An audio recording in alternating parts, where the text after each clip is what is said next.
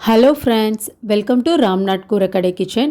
இன்றைக்கி நம்ம கிச்சனில் சிம்பிள் அண்ட் டேஸ்டியான கார சட்னி எப்படி செய்கிறதாங்க பார்க்க போகிறோம். சுட சுட இட்லி தோசையோட சுருக்குன்னு இந்த கார சட்னி வச்சு சாப்பிட்டோன்னா இன்னும் 2 இட்லி அதிகமாகவே சாப்பிடுவாங்க. அந்த அளவுக்கு டேஸ்ட்டு ரொம்ப நல்லா இருக்குங்க. 1 மினிட்ல நம்ம இந்த கார சட்னி செஞ்சு முடிச்சிடலாம். பேச்சுலர்ஸ் அண்ட் பிகினர்ஸ்க்கு ரொம்ப ஈஸியான ஒரு சட்னி ரெசிப்பிங்க. வாங்க எப்படி செய்கிறதுன்னு நம்ம வீடியோக்குள்ளே போய் பார்க்கலாம். கார சட்னி செய்கிறதுக்கு 15 போல் சின்ன வெங்காயம் எடுத்திருக்கேங்க. 2 கட் பண்ணி வச்சுருக்கேன். உங்ககிட்ட சின்ன வெங்காயம் இல்லைன்னா பெரிய வெங்காயமாக ஒரு வெங்காயம் சேர்த்துக்கோங்க. ஆனால் சின்ன வெங்காயத்தில் செஞ்சிங்கன்னா தான் இந்த கார சட்னிக்கு டேஸ்ட்டு ரொம்ப சூப்பராக இருக்குங்க. டேஸ்ட்டுக்காக கொஞ்சமாக புளி சேர்த்துக்கலாங்க. அதிகமாக சேர்த்துற வேணாங்க, ரொம்ப புளிப்பு தன்மை ஆகிடும். கொஞ்சமாக சேர்த்துக்கோங்க. மிளகாத்தூள் 1/2 டேபிள் ஸ்பூன் அளவுக்கு நான் சேர்த்துக்கிறேங்க. நீங்கள் உங்கள் காரத்துக்கு தகுந்த அளவுக்கு கம்மியாகவோ அதிகமாகவோ சேர்த்துக்கோங்க. காஷ்மீரி மிளகாத்தூள் 1/2 டேபிள் ஸ்பூன் அளவுக்கு சேர்த்துக்கிறேங்க. இது கலர் தான் கொடுக்கும், காரம் அவ்வளோவா இருக்காது. இப்போ சட்னிக்கு தேவையான அளவு கல்லுப்பு சேர்த்தாச்சுங்க.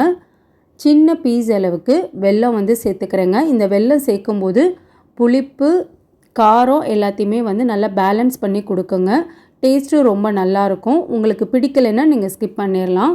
இப்போ தண்ணி எதுவும் சேர்க்காமல் நல்லா இந்த அளவுக்கு மைய அரைச்சி எடுத்துக்கோங்க. ஆல்மோஸ்ட் சட்னி ரெடி ஆயிடுச்சுங்க. இனி நம்ம ஃபைனலாக தாளிப்பு மட்டும் சேர்த்துக்கணுங்க. சட்னியை பவுலில் சேர்த்துக்கலாங்க. கம்ப்ளீட்டாக எல்லா சட்னியுமே பவுலில் சேர்த்துட்டேங்க. இனி நம்ம ஃபைனல் ஸ்டெப்பாக எண்ணெய் மட்டும் சூடு பண்ணி கார சட்னியில் சேர்த்துக்கலாங்க. இந்த பச்சை வெங்காய கார சட்னிக்கு தேங்காய் எண்ணெய் நல்லெண்ணெயை நம்ம நல்லா சூடு பண்ணிவிட்டு சட்னியோடு சேர்த்தா டேஸ்ட்டு ரொம்ப நல்லாயிருக்குங்க. எண்ணெய் 5 டேபிள் ஸ்பூன் அளவுக்கு நான் சேர்த்துருக்கேங்க. இந்த பச்சை வெங்காய கார சட்னிக்கு எண்ணெய் கொஞ்சம் கூடுதலாக சேர்த்தா ரொம்ப சூப்பராக இருக்குங்க. இப்போ எண்ணெயை நல்லா சூடு பண்ணியாச்சு. சட்னியில் சேர்த்துக்கலாங்க.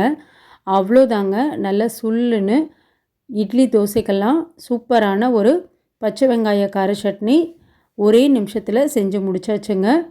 நல்லா ஆவி பறக்கிற இட்லியோட நம்ம கொஞ்சமாக இந்த கார சட்னி வச்சு சாப்பிட்டா இன்னும் 5-6 இட்லி சேர்த்து சாப்பிட்லாங்க. அந்தளவுக்கு டேஸ்ட்டு ரொம்ப நல்லாயிருக்கும்.